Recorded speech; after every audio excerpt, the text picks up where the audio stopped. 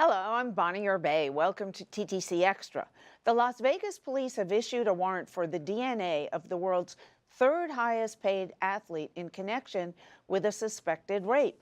Soccer superstar Cristiano Ronaldo denies the allegations by a woman last September stemming from a 2009 incident.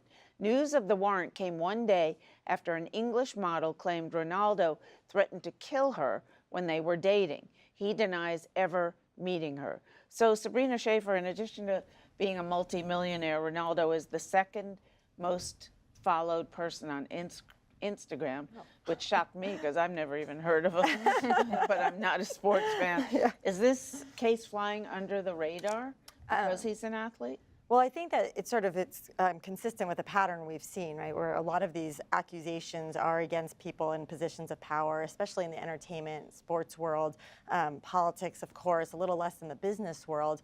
I have no idea if this is true or not true, but I do think it's perhaps this Instagram, world that we live in which people, like the idea of someone. We don't actually know who they are as a human being, though.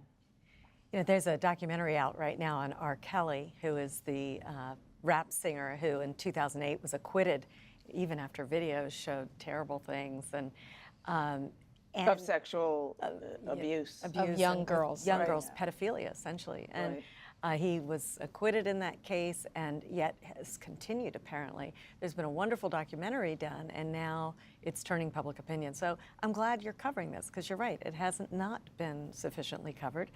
Whether it's true or not, of course, the courts will have to decide. But it's a he said, she said, and we've all seen how that turns out.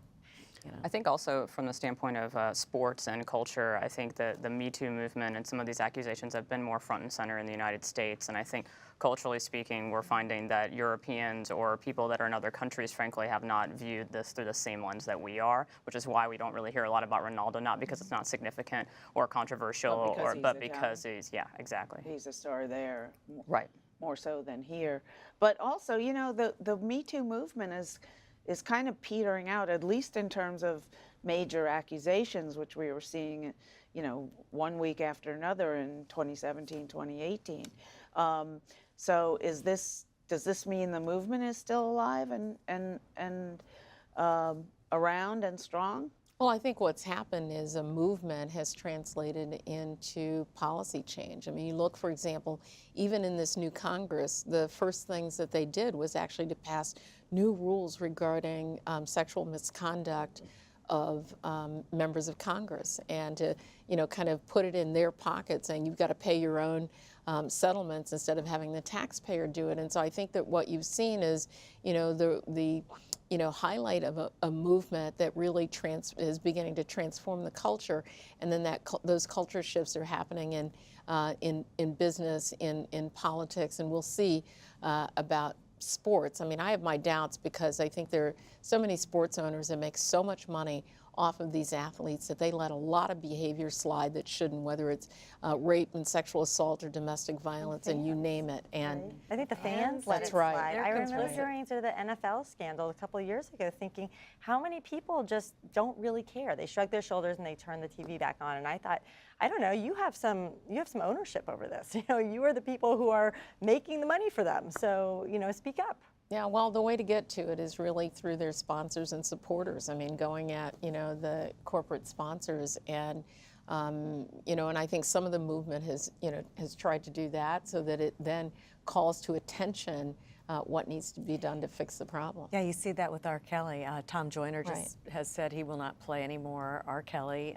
Lady Gaga has apologized for doing a project with him. And I think that kind of pressure. But moving a little bit backwards, also Shelby, I'm going to forget her name right now, but big actress who filed a lawsuit against Harvey Weinstein had several of her charges thrown out, not the whole lawsuit. Ashley Judd. Ashley Judd. Thank you. Yes. So that's kind of, it could be read as a step backward. Yeah, well, we have a lot of evidence of when it comes down to the he said, she said, it is very hard. And as Nancy Pelosi says, she said, me, I thrive in it. She said, we do have a lot going against us, and it's going to be very hard for us, and we've seen these fights where we failed over and over again, but I just thrive on it. And I think we just need to take that attitude. Boy, that's the right approach for politics and a whole lot of other things in life. Thanks for watching TTC Extra. Whether you agree or think to the contrary, please join us next time.